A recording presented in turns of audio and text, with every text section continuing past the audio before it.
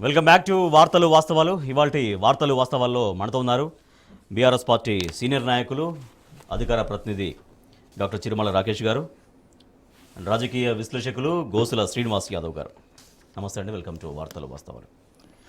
ఇక తగ్గిన పేదరికమని ప్రధానంగా మనం వార్త చూస్తున్నాం. 2005-06 నుంచి ఇప్పటిదాకా దేశంలో బహుముఖ పేదరికం పైన నీతి ఆయోగ్ తాజాగా ఒక నివేదిక విడుదల చేసింది. దీంట్లో దేశంలో అతి తక్కువ పేదరికం ఉన్నటువంటి రాష్ట్రాల్లో 3వ స్థానంలో తెలంగాణ రాష్ట్రం నిలిచింది. 2013-14లో తెలంగాణలో 21.92% పేదరికం ఉండేది. అంటే ప్రతి 100 మందిలో 22 మంది పేదరికంలో మగ్గేవాళ్ళు. కానీ తాజా నీతి ఆయోగ్ కేంద్ర ప్రభుత్వం విడుదల చేసినటువంటి నీతి ఆయోగ్ నివేదిక ప్రకారం 2022-23 నాటికి 3.76%కి తగ్గింది. అంటే 9.5 ఇయర్స్లోనే 82.85% పేదరికం పోయింది. 100 మందిలో ప్రతి 100 మందిలో 83 మంది టోటల్గా పేదరికం నుంచి బయటపడ్డట్టుగా కేంద్ర ప్రభుత్వం రిలీజ్ చేసినటువంటి నీతి ఆయోగ్ నివేదిక ఇది స్పష్టం చేస్తూ ఉంది. రైట్ రాకేష్ గారు, సో 9.5 సంవత్సరాల కాలంలోనే 83% పేదరికం అనేది తగ్గిపోయింది. అంటే అప్పటిదాకా పేదరికంలో మగ్గినటువంటి వాళ్ళు ప్రతి 100 మందిలో 83 మంది పేదరికం నుంచి బయటపడ్డారు. ఈ ఎట్లా సాధ్యమైంది 9.5 ఇయర్స్లో? గుడ్ మార్నింగ్ అండి. గుడ్ మార్నింగ్ ప్యానల్ మెంబర్స్కి అందరికీ, టీన్యూస్ ప్రేక్షకులు.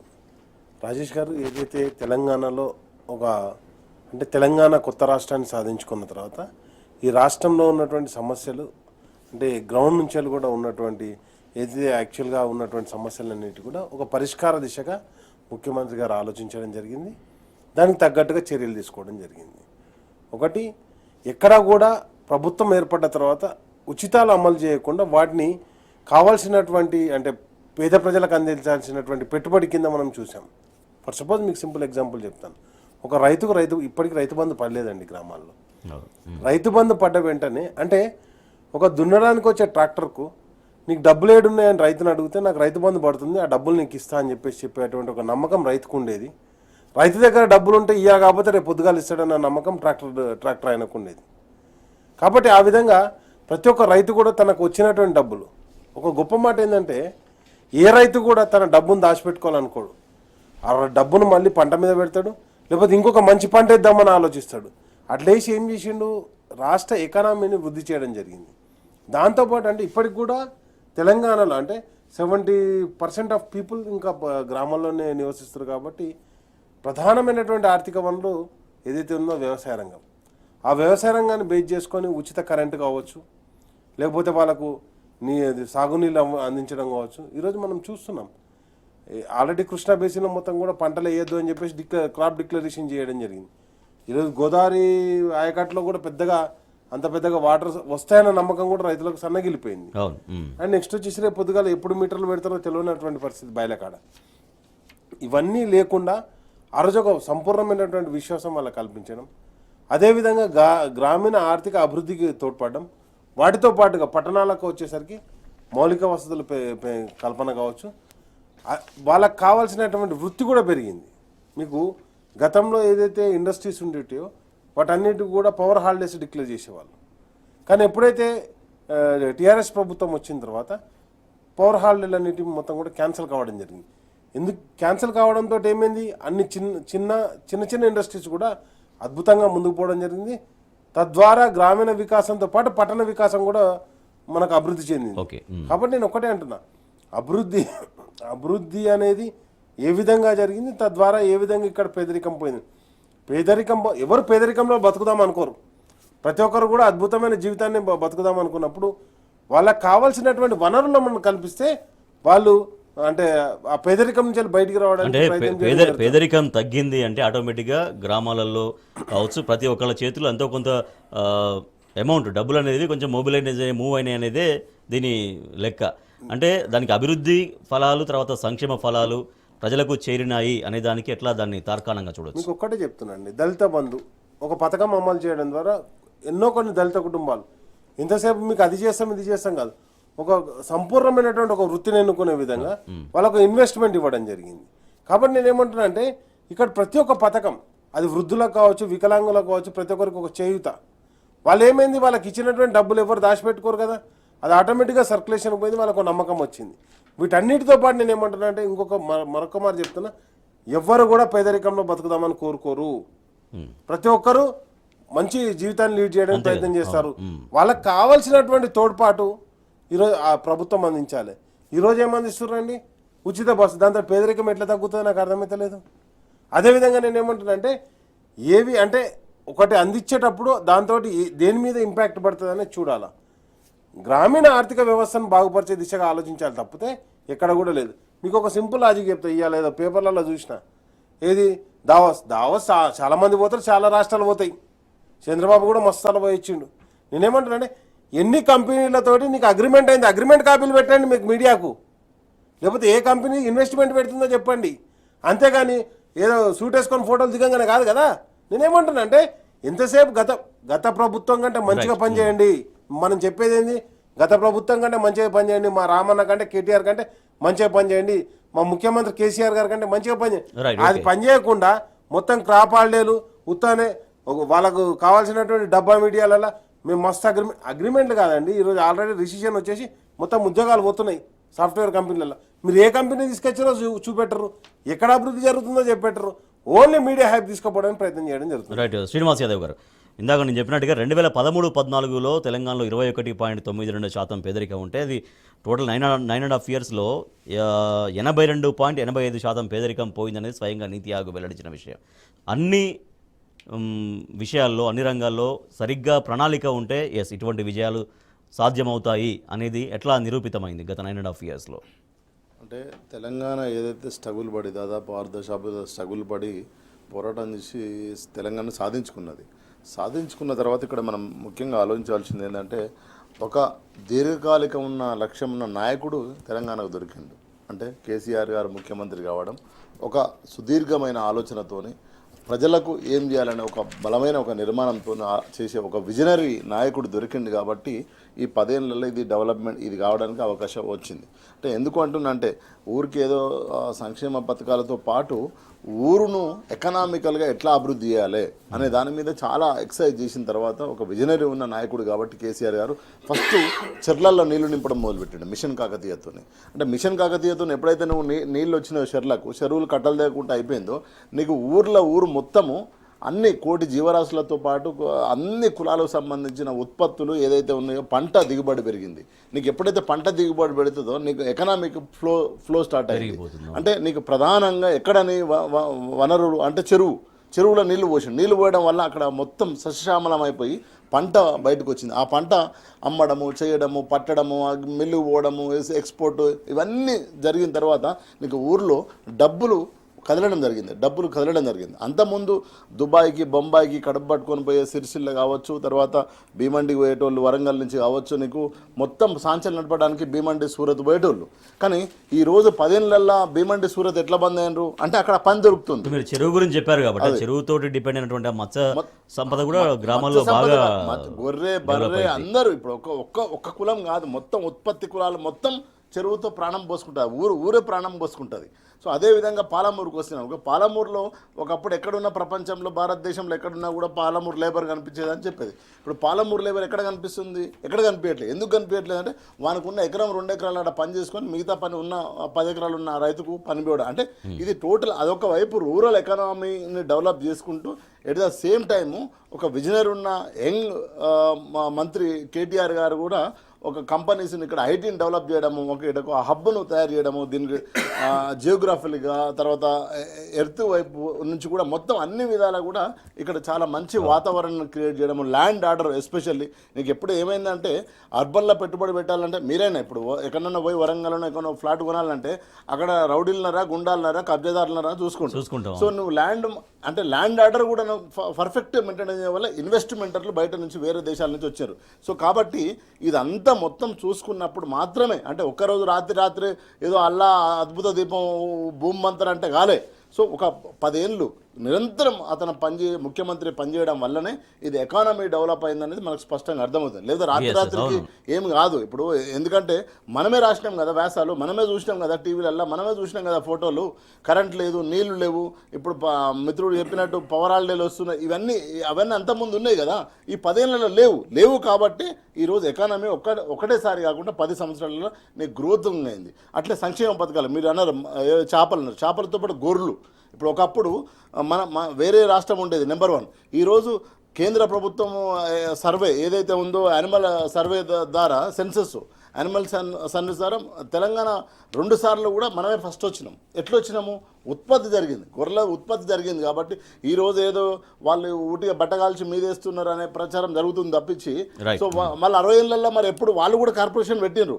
వాళ్ళు కార్పొరేషన్ ఫిష్ కార్పొరేషన్ ఉండే, షీప్ కార్పొరేషన్ ఉండే, కానీ 20-30 ఏళ్ళ క్రితమే పెట్టినారు. మరి ఎప్పుడు వాళ్ళు ఇట్లాంటి పథకాలను అమలు చేసి అక్కడ ఉన్న రైతులకు వాళ్ళకి అభివృద్ధి చేయలే కదా, ఎట్లా వస్తుంది? కాబట్టి ఇదంతా ఒక దీర్ఘకాలికమైన విజనరీ నాయకుడు కాబట్టి జరిగిందనేది స్పష్టంగా మనకు అర్థమవుతుంది, ప్రజలకు కూడా తెలుస్తుంది. రైట్ రాకేష్ గారు, మరి చెప్పినట్టుగా ఒక రాత్రికి రాత్రి జరిగింది కాదు, ఏదో ఒక రోజులో జరిగింది కాదు, లేదంటే ఇప్పుడు గతంలో ఇప్పుడు బీఆర్ఎస్ నాయకులు చెప్తున్న మాట కూడా స్వయంగా కేంద్ర ప్రభుత్వంలోని నీతి ఆయోగ్ అనేది రిలీజ్ చేసినటువంటి రిపోర్ట్లో ఉంది.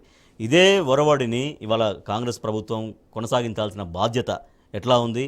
సో దాన్ని కొనసాగించేటువంటి సామర్థ్యం ఎట్లా పెంచుకోవాలి? ఒకటండి, ఈరోజు తెలంగాణలో ఏదైతే అభివృద్ధి జరిగిందో అభివృద్ధిని వచ్చేటువంటి ఇప్పుడు వచ్చినటువంటి ప్రభుత్వం ముందుకు తీసుకుపోవాలి, కానీ వెనక్కి నెట్టే విధంగా చర్యలు చేపట్టద్దు. ఇప్పుడు మనం ఒక మాట చెప్తున్నాం, గతంలో ఏదైతే కాంగ్రెస్ ప్రభుత్వంలో ఫీజు రియంబర్స్మెంట్ పెట్టారు, 108 సేవలు పెట్టారు, లేకపోతే ఏది ఆరోగ్యశ్రీ పెట్టారు, వాటన్నిటిని కూడా తెలంగాణ ప్రభుత్వం ఇంకింత ముందుకు తీసుకుపోయింది. కేసీఆర్ గారి ప్రభుత్వంలో ఏం చేశారు? ఆరోగ్యశ్రీని 10 లక్షల వరకు తీసుకెళ్లడం జరిగింది. వాళ్ళందరూ కూడా ఆరోగ్యశ్రీ కార్డులు కూడా ఇవ్వడం జరిగింది. వాటితో పాటు ఫీజు రియంబర్స్మెంట్ కూడా కొనసాగింది. అంటే ఏ పథకం 108 అయితే స్మైల్ అనే కార్యక్రమం తీసుకొని ఏదైతే కేటీఆర్ గారు తన బర్త్డే సందర్భంగా గిఫ్ట్ స్మైల్ అని అంటే అదే గిఫ్ట్ స్మైల్ కార్యక్రమం తీసుకొని ఏం చేసిండు, మొత్తం కూడా దగ్గర ఒక 200 అంబులెన్సులు ఈ రాష్ట్రానికి గిఫ్ట్గా ఇవ్వడం జరిగింది. నేనేమంటానంటే ప్రతి ఒక్కరూ తమ బాధ్యతగా తీసుకొని, అంటే ఈ సమాజంలో ప్రతి ఒక్కటి కూడా మా బాధ్యత అని చెప్పేసి వాళ్ళని స్పందించే దిశగా ముందుకు తీసుకుపోవడం జరిగిన ద్వారా నేనేమంటానంటే కేసీఆర్ గారి ప్రభుత్వంలో ఒక అద్భుతమైనటువంటి అభివృద్ధి జరిగింది. ఈరోజు మేము ఒకటే అంటున్నాం, ఏ ఎండాకాలంలో కూడా ఏ చెరువులో కూడా నీళ్లు లేవు అనే పరిస్థితి లేకుండే, ప్రతి చెరువులో కూడా నీళ్లు ఉండే, బాయిలర్లు ఉంటుండే. ఈరోజు మనం అదే కోరుకుంటున్నాం. ఆల్రెడీ అంటే కృష్ణా బేసిన్లో బాయిలర్ల నీళ్ళు కాదు, చెర్లలో కూడా నీళ్ళు లేకుండా ఉన్నటువంటి పరిస్థితి మళ్ళొక్కసారి పాలమూరు వలసపోయే దిశగా ఈరోజు మనం ఆల్రెడీ చూసాం. సిరిసిల్లాలో గతంలో ప్రభుత్వం ఏవైతే ఆర్డర్స్ ఉండేనో అవన్నీ కూడా ఇక్కడ ఉన్నటువంటి తెలంగాణ ప్రాంతంలో ఉన్నటువంటి చేనేత కార్మికులకు అందించేవారు. ఈరోజు ఇప్పటివరకు క్లారిటీ లేదు. మళ్ళీ ఏ గుజరాత్ కంపెనీకి ఇస్తారో, ఏ కంపెనీకి ఇస్తారో అని చెప్పేసి ఇక్కడ ఉన్నటువంటి ఆర్డర్లన్నీ, ఎందుకంటే టెక్స్టైల్ అధికారులకు దాని మీద అవగాహన లేదు కాబట్టి ఇప్పుడు మళ్ళీ వలస స్టార్ట్ అవుతుంది. ఎందుకంటే మీరు చెరువుల గురించి చెప్పారు కాబట్టి పంట కరువే ఉంది సార్, యాసంగి ఎండుడు అనే వార్త మనకు కనిపిస్తుంది. నిరుడితో పోలిస్తే 1.47% భూగర్భ జలాలు తగ్గినాయి. కానీ గతంలో క్రమం తప్పకుండా కేసీఆర్ సర్కారు చెరువులు నింపేది, అటువంటి వ్యవస్థ కొనసాగించేది అనేది ఈ వార్తగా మనం చూస్తున్నాం. మీకు ఎంత దుస్థితి ఏర్పడ్డదంటే నిజంగా కూడా అనుకోవద్దు. కానీ మా పెద్దపల్లి దగ్గరనే బోయినపేట దగ్గర అదే వార్త ఒక చెక్ డ్యామ్ ఉంటుంది. ఆ చెక్ డ్యామ్ను కిందున్న రైతులు బాంబులు పెట్టి పలగొట్టడానికి వచ్చారు. అంటే మా పంటను కాపాడుకోనికి ప్రాణాన్ని పరంగా పెడతామని చెప్పేసి రైతులు పెట్టారు. అక్కడ అది ఒక దుశ్చర్యగా మనం అనుకుంటాం. కానీ అంటే రైతు తన పంటను ఎంత ప్రేమిస్తుండు, అదే క్రమంలో తమ పంటను కాపాడుకోవడానికి బోయినపేట శీఘ్రాయి ప్రజలు ఏం చేశారు, దాన్ని వెంటనే అడ్డుకోవడం జరిగింది. ఈరోజు మళ్ళొక్కసారి అంటే ఆ మత్తడి ఏదైతే ఆ చెక్ డ్యామ్ల మీద, చెరువుల మత్తడ్ల మీద కావాలి కూర్చునేటువంటి పరిస్థితి వచ్చింది. రైతులకు నీళ్ళ గురించి కావాలి కూర్చునేటువంటి పరిస్థితి. అంటే తమ పంటను కాపాడుకోవడానికి ప్రాణాలను పనంగా పెట్టైనా సరే నీళ్లు పట్టుకోపోవాలని కొంతమంది రైతులు ప్రయత్నం చేస్తుంటే, ఇంకొంతమంది రైతులు తమ నీళ్లను కాపాడుకోవడానికి అర్ధరాత్రులు కావాలి కాసుకునే పరిస్థితి. ఎందుకు అంటే జస్ట్ ఒక 1-2 మంత్స్లో ఎందుకు వచ్చింది దుస్థితి, ఎందుకు తీసుకొచ్చారు? నేనేమంటానంటే కొంత రిపేర్ ఉన్నది. కాళేశ్వరం ప్రాజెక్టు ఒక జాతీయ సంపద, అది దానికి కొంత జరిగినంత మాత్రం అది మొత్తం కూలిపోయినట్టు, మొత్తం కాలిపోయినట్టు ఎందుకు విధ్వంసం? అంటే నేను ఒకటే అంటున్నా, ఈ రోజు రైతులకు నీళ్ళు ఇవ్వాల్సిన పరిస్థితి కంపల్సరీ ఉంది. రైతులకు ఏదైతే పంట పెట్టుబడి సాయం చేయాల్సిన రైతు బంధు ఇవ్వాల్సిన అవసరం ఉంది. 10,000 అన్నా కూడా 15,000 ఇస్తామన్నారు. కనీసం ఎకరానికి కూడా పైసలు పడనటువంటి దుస్థితికి ఈరోజు తీసుకురావాలి. శ్రీనివాస్ యాదవ్ గారు, కేసీఆర్ గారు ముఖ్యమంత్రిగా ఉన్న సమయంలో ప్రతి సందర్భంలో వారు చెప్తూ ఉండే సంపద పెంచాలి, ప్రజలకు పంచాలి, పేదలకు పంచాలనేది. సో అదే ఇవాళ తగ్గిన పేదరికం అనే ఫలితానికి ఎట్లా రిఫ్లెక్ట్ అయ్యింది? ఇప్పుడు ఇప్పుడు ఏదో టీఆర్ఎస్ పార్టీ లేకపోతే టీఆర్ఎస్ సంబంధించిన వ్యక్తులు చెప్పింది కాదు, ఇది నీతి ఆయోగ్ చెప్పిన విషయం, అది నెంబర్లలో చెప్పింది. అంటే గతంలో అంటే స్పష్టంగా అంటే నేను ఏమంటున్నా ఇక్కడ మనం ఆలోచించాల్సింది అంటే ఒక విజనరీ నాయకుడు లేకుంటే, ఒక దీర్ఘకాలికంగా దృష్టి ఉన్న నాయకుడు లేకపోతే ఇట్లాంటి పరిస్థితి ఏర్పడుతుంది. ఇప్పుడు అందు గురించి కాంగ్రెస్ అమలుగానే హామీలు ఇచ్చింది, 4,000 ఇస్తా అన్నది, గొర్రెలు ఇప్పుడు 2 లక్షలు ఇస్తా అన్నది. సో ఇవన్నీ హామీలు ఇచ్చి వచ్చారు, మనం కాదంటలేదు. కానీ హామీలను అమలు చేసే ప్రయత్నం జరగట్లేదు అక్కడ. కాబట్టి ఇదంతా ఏంటంటే విధ్వంసం అయిపోయే పరిస్థితి. ఇప్పటికైనా ఒక ప్రణాళికబద్ధంగా రైతులకు కానీ మిగతాలకు హామీ ఇవ్వాలి. మిత్రుడు అన్నట్టు ఇంతవరకు రైతు బంధు వల్లే రైతులు, కాబట్టి ఇవన్నీ ఒక క్లారిటీ లేకుండా ఉన్నారు. కాబట్టి వాళ్ళు ఏం చేస్తారంటే చూడాలి. సాంచా సప్పుళ్ళు బంద్ అని వార్త చూస్తున్నాం. సంక్షోభంలో వస్త్ర పరిశ్రమ ఉంది. పేరుకుపోయిన 100 కోట్ల విలువైన పాలిస్టర్ నిల్వలు, బతుకమ్మ, ఆర్వీఎం ఆర్డర్లపైన ఇంతవరకు అస్పష్టంగా ఉంది. ప్రభుత్వం వివరిస్తుంది అస్పష్టంగా. వాళ్ళకి ఎటువంటి ఏం చేయబోతుందో అనేది కూడా తెలియక కార్మికులు ఇబ్బంది పడుతున్నారు. వస్త్ర పరిశ్రమను కాపాడండి అంటూ మాజీ మంత్రి కేటీఆర్ కూడా విజ్ఞప్తి చేస్తున్నారు. వస్త్ర పరిశ్రమ అభివృద్ధికి గత ప్రభుత్వం చేపట్టినటువంటి విధానాలని కొనసాగిస్తూనే ఇంకా అనేక వాళ్ళని ఆదుకునే విధంగా ప్రభుత్వం నిర్ణయాలు తీసుకోవాలనేది కేటీఆర్ గారు సూచిస్తున్నారు రాష్ట్ర ప్రభుత్వానికి. రాకేష్ గారు, తెలంగాణ ఏర్పాటు తర్వాత నిత్యం కలకలాడినటువంటి వస్త్ర పరిశ్రమ వాళ్ళ సాంచా సప్పుళ్ళు బంద్ చేసుకొని కళావిహీనమైనటువంటి పరిస్థితి మనం చూస్తున్నాం. ఎందుకు ఈ పరిస్థితి వచ్చింది? దీని నుంచి ఎట్లా బయటపడేయాల్సిన అవసరం ఉంది ప్రభుత్వం? ఒకటండి, ఎందుకంటే సిరిసిల్లతో మాకు ఒక అనుబంధం ఉంది, ఎస్పెషల్గా నాకు. ఎందుకంటే నేను అక్కడనే చదువుకున్నాను. పాలిటెక్నిక్ చేసినప్పుడు మా కరీంనగర్ డిస్టిక్ మొత్తంలో, అంటే మా పెద్దపల్లి ప్రాంతంలో పాలిటెక్నిక్ లేదు కాబట్టి మేము కంపల్సరీ సిరిసిల్లకు పోయి చదువుకోవాలి. ఆ సిరిసిల్లలో పాలిటెక్నిక్ చేసినప్పుడు ఆ సాంచాల సప్పుళ్ళు ఏ విధంగా ఉంటాయో, సాంచాల కష్టాలు అనేటివి మేము డైరెక్ట్గా చూసినాం. నిజంగా కూడా ప్రతి చేనేత కార్మికుడు కూడా తను పని చేసుకొని బాగుపడాలనుకుంటారు. మీరు ఇంతకుముందు అన్న చూసిన పేదరికం గతంలో ఉరిశాలగా ఉన్నటువంటి సిరిశాలగా మారింది. మరొక మారు ఆ దిశగా ముందు తీసుకుపోవడం జరిగింది. అండ్ నెక్స్ట్ వచ్చేసి మీకు మ్యాక్సిమం సిరిసిల్ల నుంచి వెళ్ళి మైగ్రేషన్ అంతా కూడా భీమండి ముంబైకి జరుగుతుంది. భీమండిలో ముంబైలో ఏదైతే సాంచాలు ఉంటాయో అక్కడ పనిచేయడానికి పోతారు, పవర్ లూమ్స్ మీద కార్మికులు పనిచేయడానికి పోతారు. ఈరోజు రాజీవ్ విద్యా మిషన్ నుంచి వెళ్ళి ఈ రాష్ట్రానికి స్కూల్ పిల్లలకు మనం ఏదైతే యూనిఫారాలు ఇస్తామో ఆ యూనిఫారాలు గత ప్రభుత్వం కాంగ్రెస్ ప్రభుత్వం ఏం చేసేది, గుజరాత్ వాళ్ళకి ఆర్డర్లు ఇచ్చేది కమిషన్లకు కక్కుర్తిపడి. కానీ ఈరోజు ఏమైంది, మొత్తం కూడా మనం వస్త్రాలను మొత్తం కూడా తెలంగాణ ప్రాంతానికి ఇచ్చుకున్నటువంటి పరిస్థితి. ఎందుకంటే తెలంగాణ మొత్తంలో హయ్యెస్ట్ సాంచాలు ఉన్న ప్రాంతం సిరిసిల్ల ప్రాంతం. అక్కడ కేటీఆర్ గారు అంటే ఎమ్మెల్యే కాకముందే నేను ఏమంటున్నానంటే కేసీఆర్ గారు ఎంపీగా ఉన్నప్పుడు, ఎందుకంటే అప్పటికి అది రిజర్వ్డ్ స్థానం, అక్కడ కూడా మనం ఆ రోజు కూడా టీఆర్ఎస్ఏ గెలిచింది. కాశీపేట లింగయ్య గారు అని ఎమ్మెల్యే గెలిచినప్పుడు నేను ఏమంటానంటే ఏదైతే అక్కడ సిరిసిల్ల సమస్యలన్నీ తెలిసినటువంటి కేసీఆర్ గారు ఏం చేశారు, ఎందుకంటే కేసీఆర్ కూడా ఒక మంచి అనుబంధం ఉంది అక్కడ సిరిసిల్లతోటి. పక్కనే అంటే చింతమడక పక్క పొంటే సిరిసిల్లకి దగ్గరికి ఉంటుండే కాబట్టి జనరల్గా సిరిసిల్లకు వచ్చిపోవడం బంధుత్వం కూడా ఉండే. కాబట్టి ఏం చేసిండు, డబ్బు కొంత జనరేట్ చేసి కరీంనగర్ బహిరంగ సభలో సిరిసిల్లను కాపాడుకుందాం అని చెప్పేసి డబ్బు జనరేట్ చేసి ఆ డబ్బును అక్కడ ఉన్నటువంటి సొసైటీకి అప్పచెప్పి ఆ సొసైటీ ద్వారా లోన్లు ఇప్పిస్తే కేటీఆర్ అన్న రామన్న పోయిన తర్వాత ఏం చేసిండు, ఆ కష్టాలకు కన్నీళ్లకు సంపూర్ణంగా దానికి చర్మగీతం పాడడానికి, ఎందుకంటే అది ఓపెన్ సీట్ అయినప్పటి నుంచి రామన్న దానికి ఎమ్మెల్యే ఉన్నాడు కాబట్టి మొత్తానికి ప్రభుత్వ ఆర్డర్లే, వేరే కాదు. కంపల్సరీ ప్రభుత్వం కొనుగోలు చేయాల్సిందే, వస్త్రాలు కొనుగోలు చేయాల్సిందే, ఈరోజు బతుకమ్మ చీరలు కొనుగోలు చేయాల్సిందే, లేకపోతే స్కూల్ యూనిఫారం కొనుగోలు చేయాల్సిందే, వివిధ రకాలైనటువంటి ఏవైతే ప్రభుత్వ అవసరాలకు వాటన్నిటిని కొనుగోలు చేయాలి. ఆ కొనుగోలు వచ్చే ఆర్డర్లన్నీ కూడా సిరిసిల్లకు వాళ్ళకి అక్కడ ఉన్న సొసైటీలకు, వ్యక్తిగతంగా సొసైటీలకు అందించడం జరిగింది. ఎక్కడెక్కడైతే పనులు ఉన్నాయో అవన్నీ కూడా అందించడం జరిగింది. ఒకప్పుడు కరెంట్ అంటే పవర్ పోతే పవర్ లూమ్స్ నడవేయండి, కరెంటుతోటే అక్కడ అనుబంధం ఉంటుంది. 24 గంటల కరెంటుతోటి ఏమైంది, సాంచాలు కూడా మంచిగా పనిచేసినాయి, కార్మికులు కూడా సంతృప్తిగా బతికారు. భీమండికి ముంబైకి పోయేటువంటి మైగ్రేషన్ తగ్గిపోయింది.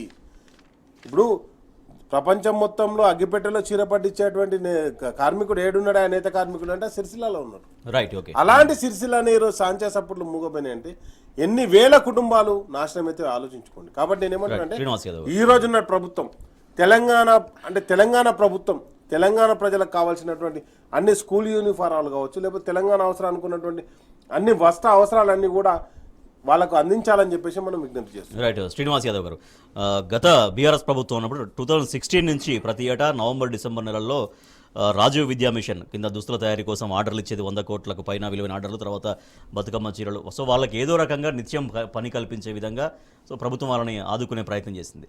సో అదే ఒరవడిని ఎందుకు ఇవాళ ప్రభుత్వం కొనసాగించలేకపోతుంది? సాంజా సప్పుళ్ళు మొత్తం బంద్ అయిపోయినాక ఇవాళ ఈ ప్రభుత్వం ఏం చేయాల్సిన అవసరం ఉంది? కేటీఆర్ గారు చెప్తున్నట్టుగా వస్త్ర పరిశ్రమను కాపాడాల్సినటువంటి బాధ్యత ఈ ప్రభుత్వం పైన ఎంత ఉంది? అదే అంటే నేనేమంటున్నా, నాయకుడు స్పష్టంగా ఉన్నాడు కాబట్టి ఉత్పత్తి లేని కాడ ఉత్పత్తిని క్రియేట్ చేసి ఉత్పత్తిని పుట్టించి ప్రజలకు పంచడం, అంటే సంపదను సృష్టించడం, సంపదను పంచడం. అదేవిధంగా పనిని కూడా క్రియేట్ చేసి, అంటే బతుకమ్మ చీరలు ఎప్పుడు లేదు, ఏ ప్రభుత్వం ఉడియలే, కానీ బతుకమ్మ చీరలు అనేది ఇచ్చి ఆ బతుకమ్మ చీరలు ఓన్లీ ఎక్కడైతే సాంచాలు ఉన్నాయో ఆ సిరిసిల్ల ప్రాంతంలోనే వాళ్ళకే ప్రొడక్షన్ ఇచ్చి సొసైటీకి ఇచ్చి, ఏదో వ్యక్తులకు కాకుండా మిడిల్ మ్యాన్ కాంట్రాక్టు కాకుండా కంప్లీట్ దాన్ని కోఆపరేటివ్ సొసైటీకి ఇవ్వడం వల్ల వాళ్ళు మొత్తం సంవత్సరం అంతా ఆ చీరలను నేచిన చీరలను మళ్ళీ ప్రభుత్వం కొని ఆ చీరలను ప్రజలకు పంచడం వల్ల వాళ్ళ ఆనందంగా, అంటే ద కాన్సెప్ట్ కంప్లీట్గా ఒకసారి ఆలోచించండి. అంటే ఎంత విజనరీ ఉంటే ఆ నాయకుడు పని కల్పించి ఆ పనిని వచ్చిన ఉత్పత్తిని ప్రజలకు పంచి ఆ ప్రజల నుంచి ఆనందం, అంటే ఇంత ఆలోచన ఉన్నది కాబట్టి సిరిసిల్ల ఈ విధంగా అభివృద్ధి అయింది. ఇప్పుడు కాబట్టి ఒకప్పుడు రాకేష్ అన్న చెప్పినట్టు పొట్ట చేత పట్టుకొని బస్సులు రోజుకు 4-5 బస్సులు పోయేది భీమండికి సూరత్కు. సో చాలామంది పొట్ట చేత పట్టుకొని పోయే పరిస్థితి ఉండేది. కానీ ఈరోజు ఎందుకు మళ్ళీ భీమండి నుంచి తిరుగు ప్రయాణం పట్టినరు అంటే ఇక్కడ పని దొరుకుతుంది. నీకు పని కల్పించే ప్రభుత్వం కావాలని కోరుకుంటారు. ఇప్పుడు పని కల్పించకుండా పని చేసే చేతులు నరుకుతే ఈ ప్రభుత్వం ఎట్లయితుంది? కాబట్టి ఇక్కడ ఒకవైపు అగ్రికల్చరు, ఒకవైపు టెక్నాలజీ, ఒకవైపు ఏదైతే చేతి వృత్తి పనులు అయితే ఏవైతే ఉన్నాయో ఇవన్నీ సమపాలంగా చేయడం వల్లనే ఇప్పుడు గొర్రెల కాపర్లు, మచ్చర్లు, తర్వాత పద్మశాలులు, ఇవి మొత్తం అన్ని కులాలకు పని కల్పించడం వల్ల మాత్రమే ఇది జరిగింది. కాబట్టి ఇప్పటికైనా ప్రభుత్వం ఏదో ఉపదంపుడు ఉపన్యాసాలు చెప్పకుండా ప్రాక్టికల్గా గత ప్రభుత్వం ఏం చేసింది విమర్శించడం. ప్రజలు ఇంకోటండి, తెలంగాణ ప్రజలు చాలా విజ్ఞాతతో తెలివి కల వాళ్ళు, విప్లవ ఉద్యమాల నుంచి చైతన్యమైన ప్రాంతం. మీరు ఊరికైనా మాటలు చెప్తే కొద్దిసేపే ప్రయత్నం అవుతుంది. మనం చాలా వీడియోలు కూడా ప్లే అవుతున్నాయి. కాబట్టి నేనేమంటున్నా, ఇప్పటికైనా మీరు అక్కడ కేటీఆర్ గారు అప్పీల్ చేసిన బదులు ప్రభుత్వం తరపున మీరు అందరూ ఇప్పుడు మేము ఓటు వేసినామా ఓటు వేయాలనే ఇన్మెటీరియల్, కానీ ఈరోజు ముఖ్యమంత్రి మనందరికీ ముఖ్యమంత్రి, ప్రభుత్వం మన అందరికీ ప్రభుత్వం. నువ్వు కొట్టావనుకో నువ్వు పోయి పోలీస్ స్టేషన్లో కేసు పెట్టాలి. సో కాబట్టి ఇది ఈ సిస్టమ్. కాబట్టి ఇప్పుడు సిరిసిల్ల ప్రజలు కూడా ప్రభుత్వము. సో కాబట్టి వాళ్ళని ఆదుకోవాల్సిన పరిస్థితి ఉంది. అదేవిధంగా అన్ని పథకాలను కూడా మీరు ఏదైనా తప్పు లోపులు ఉంటే చర్చించండి, వాటి మీద ఎంక్వైరీలు వేయండి, ఏదైనా చేయండి. కానీ మొత్తానికి ఆ పథకాన్ని, ఆ స్కీమును లేదా ఆ ప్రణాళికను బంద్ పెట్టినకు చాలా ప్రాబ్లం అవుతుంది. కాబట్టి అటువైపుగా ఈ ప్రభుత్వం ఆలోచించాలి. లేని పక్షంలో మళ్ళీ మన తెలంగాణ ప్రజలే మళ్ళీ కంటిన్యూగా పెట్టుకొని సాంచల సప్పుడు ఎట్లుంటుంది అంటే ఒక్కసారి ఇట్లా నడిచి టక్కున బంద్ అవుతుంది, పవర్ పోతుంది, అంటే మొత్తం వర్షం వెలిసినట్టు ఉంటుంది అన్నట్టు. సో ఆ సప్పుడు ఎప్పుడు ఉంటేనే వాళ్ళకి మంచిగా అనిపిస్తుంది. సో కాబట్టి నువ్వు ఆ సప్పుడు బంద్ చేయాలని చూస్తే వాళ్ళు కడుపు పట్టుకొని మళ్ళీ భీమండి సూరత్ పోవాలని పరిస్థితి ఏర్పడుతుంది. కాబట్టి అటువైపు ఆలోచించవద్దు ఈ ప్రభుత్వం అని అప్పీల్ చేస్తుంది. డెఫినెట్గా వస్త్ర పరిశ్రమను కాపాడాల్సినటువంటి బాధ్యత కాంగ్రెస్ ప్రభుత్వం పైన ఉంది. అదే కేటీఆర్ గారు డిమాండ్ చేస్తున్నారు. గతంలో శాఖకు మంత్రిగా వ్యవహరించారు కేటీఆర్ గారు. సో గత ప్రభుత్వం అవలంబించినటువంటి విధానాలను కొనసాగిస్తూనే ఇంకా కార్మికులకు మంచి జరిగే కార్యక్రమాలను తీసుకోండి అంటూ కూడా ఆయన ప్రభుత్వాన్ని డిమాండ్ చేశారు. ఛార్జీల పెంపుపైన డిస్కంలకు కేంద్రం అనుమతి ఇచ్చింది. ఎంత ఖర్చు చేస్తే అంత వసూలు చేసుకోండి, వినియోగదారులపైన భారం ఎంతైనా వేయండి, ఛార్జీలు ఎప్పటికప్పుడు పెంచుకునే వెసులుబాటు కల్పించింది. ఈ మేరకు విద్యుత్ సవరణ నిబంధనలు 2024 పేరిట గెజెట్ విడుదల చేసింది కేంద్రం. ఇదొక అంశం అయితే ఇక మరోపక్క యాసంగి ఎండుడే భూగర్భ జలాలు తగ్గిపోతున్నాయి. క్రమం తప్పకుండా గత ప్రభుత్వం బీఆర్ఎస్ ప్రభుత్వం చెరువులు నింపేది. బట్ ఇప్పుడు ఆ దిశగా ఆలోచించకపోవడం వల్ల యాసంగి ఎండుడు అనే ఒక ఆందోళనకరమైన వార్త మనకు కనిపిస్తే, మరోపక్క యూరియా కోసం రైతులు బారులు తీరుతున్నారు. సరైన సరఫరా లేక యూరియా కోసం రైతన్నలు గంటల కొద్దీ క్యూ లైన్లలో నిలబడుతున్నటువంటి పరిస్థితికి సంబంధించినటువంటి వార్తలు కూడా మనం చూస్తున్నాం. రాకేష్ గారు, విద్యుత్ ఛార్జీలకు సంబంధించి సో ఎంత ఖర్చు చేస్తే అంత వసూలు చేసుకోండి, వినియోగదారులపైన భారం ఎంతైనా వేయండి అనేది విద్యుత్ సవరణలు సంబంధించినటువంటి పేరిట గెజెట్ రిలీజ్ చేసింది కేంద్ర ప్రభుత్వం. కేంద్ర ప్రభుత్వం గెజెట్ రిలీజ్ చేయకముందే ఆల్రెడీ రాష్ట్ర ప్రభుత్వం ఒక నిర్ణయం తీసుకున్నది, బయల కాడ మీటర్లు పెడదామని చెప్పేసి ప్రతి మోటార్ కాడ మీటర్ పెట్టే నిర్ణయానికి ఆల్రెడీ రాష్ట్ర ప్రభుత్వం వచ్చేసింది. ఆ దిశగా చర్యలు చేపట్టడం జరుగుతుంది. జియో ట్యాగింగ్ మొదలైంది. ఇంకోటి ఏంటంటే అంటే మాకు స్పెషల్గా అంటే మేము చూసేది ఏంటంటే ఏదైతే జగిత్యాల, మెట్పల్లి ఆ ప్రాంతంలో వరద కాలువకు జర మోటార్లు వేసుకుంటారు. నేను మొన్న గద్వాల ఎలక్షన్ ఇన్ఛార్జిగా పనిచేసినప్పుడు కూడా అక్కడ కూడా కేటిదొడ్డి మండలం ఆ ప్రాంతంలో కొంత కెనాల్ నీళ్లు పోతుంటే దానికి మోటార్లు వేసుకుంటారు. గతంలో ఆ మోటార్లకు విద్యుత్ ఆ నీళ్లు రైతులే వాడుకుంటారు. ఆ 7 కేజీ వాడుకుంటే ఏందని చెప్పేసి మోటార్లు పెట్టుకొని కూడా వాడుకున్నారు. కానీ ఇప్పుడు వాటి అన్నిటి మీద కేసులు కట్టడానికి ఈ ప్రభుత్వం ముందడికి పోతుంది. ఆ మోటార్లు కూడా వాటికి పర్మిషన్ లేవని చెప్పేసి సీజ్ చేసే దిశగా ఈ ప్రభుత్వం ఆలోచిస్తుంది, ఇప్పుడున్నటువంటి కాంగ్రెస్ ప్రభుత్వం. అండ్ నెక్స్ట్ వచ్చేసి విద్యుత్ ఛార్జీలు కూడా పెంచడానికి నిర్ణయం తీసుకున్నారు. అది కూడా త్వరలో విద్యుత్ ఛార్జీలు కూడా పెంపు తీసుకుంటారు. అండ్ నెక్స్ట్ వచ్చేసి వాళ్ళు ఏదైతే చెప్పిర్రో విద్యుత్ ఇయ్యమని చెప్పేసి గ్రామాల్లో ఆల్రెడీ విద్యుత్ కోతలు మొదలైనాయండి. ఎప్పుడు కరెంట్ వస్తుందా ఎప్పుడు పోతుందా అనేది కొంత నమ్మకం తక్కువగా అయిపోయింది. అండ్ నెక్స్ట్ వచ్చేసి నేను ఏమంటానంటే ఆల్రెడీ అంటే మోటార్లు కారడం మొదలైనవి. ఎందుకంటే పవర్ ఫ్లక్చుయేషన్ తోటి ఏమైందంటే కంపల్సరీ మోటార్ల మీద సడన్గా లోడ్ పడడం, లేకపోతే ఒకటేసారి అన్ని మోటార్లు ఆన్ కావడం కొంత ప్రాబ్లం ఉంటుంది. ట్రాన్స్ఫార్మర్ మీద ఎఫెక్ట్ స్టార్ట్ అయింది, మోటార్ల మీద ఎఫెక్ట్ స్టార్ట్ అయింది. అండ్ నెక్స్ట్ వచ్చేసి యూరియా కూడా అవైలబుల్ లేదు అని చెప్పేసి ఇప్పుడు ప్రజలు యూరియా అవైలబుల్ ఉన్నప్పుడు లైన్ ఎందుకు కడతారు? అంటే యూరియా ఎక్కువ ఉన్నది అయినా కానీ లైన్ కట్టమని ఎవరని చెప్తారా? ప్రజలకైతే ఉంటుంది కదా, సరఫరా లేకపోవడం ద్వారానే ఈరోజు యూరియా గురించి లైన్ కట్టడం జరిగింది. అండ్ నెక్స్ట్ వచ్చేసి చెర్లలో నీళ్ళు అన్నారు మీరు. చెర్లలో నీళ్ళు ఎట్టి పరిస్థితులలో అంటే నింపాలనే మనం కోరుకుంటున్నాం. మరి నింపుతారా అనేది కాంగ్రెస్ ప్రభుత్వం చెప్పాలి. ఎందుకంటే గతంలో రైతు కన్నీళ్ళు రాకుండా, ఎందుకంటే ఎద్దేసిన దేశం బాగుపడదు, రైతు దేశం రాజ్యం బాగుపడదని చెప్పేసి ప్రతిరోజు రైతును సంతృప్తిగా ఉంచడానికి ప్రయత్నం చేయడం జరిగింది. ఇంతకుముందు అన్న చెప్పినట్టుగా, సీనన్న చెప్పినట్టుగా ఏం చెప్పారు, గొర్రెలకు కావచ్చు, అది మత్స్య సంపద కావచ్చు, లేకపోతే అక్కడ ఉన్నటువంటి అంటే తాటి కార్మికులు కావచ్చు, అంటే గౌడన్నలకు కావచ్చు. ఎందుకంటే చెట్ల నీళ్లు ఉంటేనే కదా చెట్లు కలువారుతాయి. అదేవిధంగా కుమ్మరైన కుండలు చేసుకోవాలంటే అక్కడ మట్టి దొరకాలి కదా కుండలు చేయడానికి మట్టి, ఆ చెట్లకేంజే తీసుకుంటాను. అదేవిధంగా ఒక రైతు బాగుపడాలంటే రైతు ఏం కోరుకుంటాడని తన బాయిలో నీళ్ళు ఉంటే మోటార్ పెట్టుకొని తన పంటకు వారించుకుంటాడు, అంతేగాని ఆ నీళ్ళని ఏం చేసుకుంటాడు. కాబట్టి ఆ దిశగా ప్రభుత్వం ఆలోచించాలి. ఈరోజు రైతన్న ఒకటే సిద్ధం కావాలి, తన పంటను వ్యవసాయాన్ని ఏ విధంగా ముందుకు తీసుకుపోవాలని. ఎందుకంటే మనం చూసినాం ఇప్పుడు ఆల్రెడీ అంతటా కూడా వరిసేలు వేసిర్రు, కానీ వాటికి నీళ్లు లేని పరిస్థితి. డ్యూటీ ఆఫ్ వాటర్ దానికి ఎక్కువ ఉంటుంది. ఆ డ్యూటీ ఆఫ్ వాటర్ ఇంక్రీజ్ చేయాల్సినటువంటి బాధ్యత ప్రభుత్వం మీద ఉంటుంది. ప్రభుత్వం అందించే ఫెసిలిటీ ఏందండి అంటే ప్రజలకు కావచ్చు, రైతులకు కావచ్చు. ప్రభుత్వం అంటే ఏంది, వాళ్ళకి కావాల్సినటువంటి ఫెసిలిటీస్ అందించాలి. అందించేది రైతుకి ఏమందియాలి? కరెంట్ అందియాలి, నీళ్లు అందియాలి. అదేవిధంగా పట్టణ ప్రాంతాలకు వస్తే మంచి వసతులు కల్పించాలి, రోడ్లు కావచ్చు, డ్రింకింగ్ వాటర్ కావచ్చు. ఈరోజు డ్రింకింగ్ వాటర్ కూడా ప్రాబ్లం వస్తుంది. ఎందుకంటే కేంద్రం ఆల్రెడీ ఒక సిగ్నల్ ఇవ్వడం జరిగింది, మీరు రిజర్వాయర్లలో నీళ్లు ఉంచుకొని రాబోయే కాలంలో డ్రాట్ సిచ్యువేషన్ ఎదుర్కొనే సిచ్యువేషన్ ఉంది కాబట్టి కంపల్సరీ వాటర్ స్టోరేజ్ చేసుకోరని చెప్పింది. మరి వాటర్ స్టోరేజ్ దిశగా ఏం ఆలోచిస్తారో. అండ్ నెక్స్ట్ వచ్చేసి ఒక మాట చెప్తుండండి, కాళేశ్వరం ప్రాజెక్టు గురించి కూడా ఈరోజు కాంగ్రెస్ పార్టీ నాయకులు మాట్లాడుతున్నారు. నేను ఒకటే చెప్తా, కాళేశ్వరం, అన్నారం, మేడిగడ్డనే గోదావరి మీద ఉంటాయి. మిగతా మొత్తం అనంతసాగర్ కావచ్చు, లేకపోతే మల్లన్న కావచ్చు, కొండపోచమ్మ కావచ్చు, ఈ ప్రాజెక్టులన్నీ కూడా గోదావరి పరివాహక ప్రాంతంలో లేవు. గోదావరి పరివాహక ప్రాంతంలో ఉన్న గోదావరి నది మీద లేవు. వాటన్నిటిని వాటర్ లిఫ్ట్ చేసుకోవాల్సిందే, వాటన్నిటిని నింపుకోవాల్సిందే. నింపుకోకపోతే నీళ్ళు ఎడికేంచి ఉంటాయి. ఈరోజు సిరిసిల్ల ప్రాంతంలో కూడా మనం ఏదైతే మిడ్ మానేరు ఉందో, మిడ్ మానేరు గోదావరి మీద కాదు కదా, మిడ్ మానేరు ఉన్నది మానేరు నది మీద ఉన్నది. మానేరుకు వరద నిండితే లేకపోతే లేదు, ఎప్పుడు కూడా రాకపోతుండే.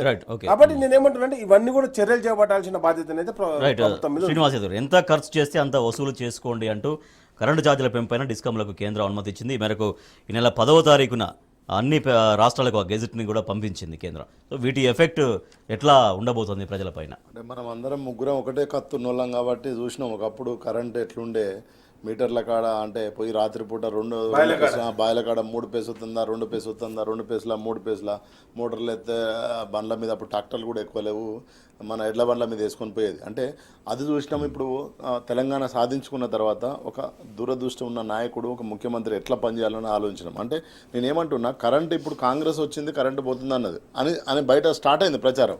ఇంకోటి కేసీఆర్ గారు చాలా స్పష్టంగా చెప్పిండు, ఉద్యమంలో చెప్పిండు, తెలంగాణ వచ్చిన తర్వాత చెప్పిండు, ఎలక్షన్లో కూడా చెప్పిండు, మీటర్ పెడతారంటే మీటర్ ఎట్లా పెడతారో చూద్దాం, మీటర్ పట్టుకొని రండి అని చెప్పిండు. అంటే నేనేమంటున్నా, రైతుకు ప్రధానంగా కావాల్సిందే ఇంత పెట్టుబడి, ఇంత కరెంటు, ఈ నీళ్లు, ఈ 3 ఇస్తే నువ్వు ఉత్పత్తి జరిగింది. ఇన్ని కోట్ల టన్నుల వరి ధాన్యం ఎట్లా పండింది? మన మీద దుష్ప్రచారం చేసిన మాజీ ముఖ్యమంత్రి ఈరోజు ఇక్కడ పంట పండుతుందని ఒక కోనసీమ అయిందని ఎట్లయింది? అట్టిగానే అయిందా? ఊరికూరికనే అయిందా కోనసీమ? ఉట్టిగానే పచ్చగా మొత్తం పొలాలను వండినాయా? నేనేమంటున్నా, అందులో అన్న చెప్పినట్టు నీళ్ళు ఎక్కువ కావాలి, ఆ వరి పొలానికి ఎక్కువ కావాలి, ఎప్పుడు నీళ్ళే ఉండాలి దానికి. ఇంచు మందం నీళ్ళు ఉంటేనే అది బ్రహ్మాండంగా ఉంటుంది. సో కాబట్టి నెర్రెలు పడకుండా ఎన్నో ఫోటోలు చూసినాం మనం. ఆ రైతు ఆడ కూర్చొని పొలం గాలబెట్టుకున్నాడు, పంటను గాలబెట్టుకున్నాడు, వరి పొలాన్ని తగలబెట్టుకున్నాడు, ఎడ్లు మేసుడు, గొర్రెలు మేసుడు, ఇవన్నీ కనిపించినాయి. 10 ఏళ్ళలో ఒక్క ఫోటో తీయండి, ఏ పేపర్ అయినా పర్వాలేదు, ఏ న్యూస్ ఛానల్ అయినా పర్వాలేదు. అంటే నేనేమంటా ఇదంతా ఎట్లా జరిగిందంటే ఒక దూరదృష్టితోని ఒక ఆలోచన చేసి నీళ్లు, కరెంటు, పెట్టుబడి ఈరోజు ఇప్పటి వరకు కూడా ఈ ప్రభుత్వం ఇంత మాట్లాడుతుంది, ఇంత చేస్తుంది, అందులో సీనియర్ మంత్రులు ఉన్నాడు. ఆ ముఖ్యమంత్రి కంటే అనుభవం లేదు. కానీ రైతు బంద్ చేయడానికి ఏం పుట్టింది నీకు? ఏమవుతుంది? పింఛన్లు ఏవైతే ముసలోళ్ళకు పింఛన్లు ఏమవుతుంది? జీతాలు వేసినాడు, జీతాలు ఏముంది? జీతాలు లేకపోతే బతకరా వాళ్ళు? జీతాలు అంటే నేనేమంటున్నా అన్నా ఒక మాట, అంటే మినిమం చేయాలి కదా, అంటే అవసరం ఉన్నది చేయాలి కదా. వాళ్ళకి జీతాలు ఇవ్వాల్సిందే ఇవన్నీ అంటే కాదన్నా. నేనేమంటున్నా దీంతో నేను వివేదిస్తున్నా. ఒకటి చెప్తున్నా, ఏ రోజు కూడా ఏ ఎంప్లాయీకి కూడా జీతం ఆగలేదన్న. ఒకటి నెంబర్ 1. అదే టైంలో రైతు బంధు ఆగాలి, పింఛన్ ఆగాలి. గత ప్రభుత్వం ఆగాని ఈ ప్రభుత్వం ఆగాని ఎందుకు ఆగుతున్నాయి అర్థమవుతుంది. అదే ఇప్పుడు నేనేమంటున్నా, నీకు ఎక్కడ నీడు అనేది నువ్వు ఆలోచించాలి కదా. సో కాబట్టి ఇది కాకుండా నువ్వు ఊరికనే ఏదో చేస్తున్నావు అంటే ఇప్పటివరకు రైతు బంధు వల్లే వాడు డీజిల్ తెచ్చుకున్నాడు, రేవో ట్రాక్టర్ వాడు ఆ డీజిల్కి పైసలు ఇవ్వాలి కదా, ఆ పెట్రోల్ పంపు ఉట్టిగా పోయాడు కదా. చిన్న మనకు అర్థమైతే కూలీళ్ళు వచ్చారు, బీహార్ నుంచి నాట్లు వేయడానికి వచ్చారు, వాళ్ళ పైసలు ఇస్తేనే కదా వాళ్ళు వండుకొని తిని వీడు బతికేది. పోయేటప్పుడు 10 రూపాయలు పట్టుకొని పోయి ఇవంతా చేయకుండా ఊరికనే మాట్లాడితే మాత్రం ప్రజలు వినరు, ప్రజలు ఆలోచించరు. ఎందుకంటే పనితో మూడుకున్న పరిపాలన ఇక్కడ.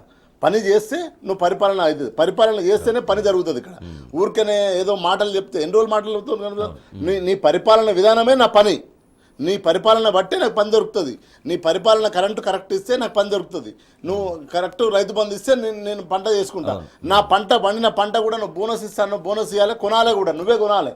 ఎంత అద్భుతం అండి, నీళ్ళు ఇచ్చి కరెంట్ ఇచ్చి రైతు బంధు ఇచ్చి ఆ పంటను ఇంతకుముందు ఎంత గోసపడేదో మీకు తెలుసు. కేసముద్రం మార్కెట్లో వైశ్యులు చిట్టీలు ఇస్తే మూటలు కట్టుకునేది, మూటలు కొసకు మూడేసుకునేది, దాదాపు 15 రోజులు, నెల రోజులు పట్టేది ఆ చిట్టీలు. ఇప్పుడు ఎక్కడ చిట్టీలు వచ్చినాయి? నీకు అకౌంట్లో పైసలు పడతాయని నీకు మెసేజ్ వస్తుంది. ఎంత అద్భుతం! ఒక ప్రొడక్షన్ ఇచ్చి ఆ ప్రొడక్షన్ పెట్టుబడి ఇచ్చి ఆ ప్రొడక్షన్ కొని ఆ ప్రొడక్షన్ మళ్ళీ మార్కెటింగ్ చేస్తావా చేయవా నీ తలకాయ నొప్పి ప్రభుత్వంది. మళ్ళీ నీకు డబ్బులు పడడం ఎక్కడ? కల్లాల కాడికి కాంటాలు వచ్చినాయి. ఇప్పటికీ వడ్ల పైసలు పడలేదండి, వడ్ల పైసలు పడలేదు, రైతు బంధు పైసలు పడలేదు. అండ్ నెక్స్ట్ వచ్చేసి యూరియా దొరకదు అన్నటువంటి దుస్థితికి వచ్చింది. ఇంతకుముందు ఒక మాట చెప్తున్నా, గతంలో ఏం చేసేది అంటే స్టార్టర్ దగ్గర ఒక్కొక్క ఫేస్కి ఒక్కొక్క బల్బ్ పెట్టేది. స్టార్టర్ దగ్గర అంటే 2 ఫేస్లు వస్తుందా 3 ఫేస్లు వస్తుందంటే ఎన్ని బల్బులు వెలిగితే అన్ని ఫేస్లు వస్తున్నట్టు చూసుకునేది మనం. ఆ పరిస్థితి లేకుండా ఈరోజు 3 బల్బులు పెట్టి 3 బల్బులలో ఆ బల్బులు వెలుగుతేనే మనకు 3 ఫేస్ వచ్చినట్టు. కానీ ఆ పరిస్థితి ఈరోజు తెలంగాణ లేకుండే, ఇప్పుడు మళ్ళీ స్టార్ట్ అవుతున్నటువంటి పరిస్థితి.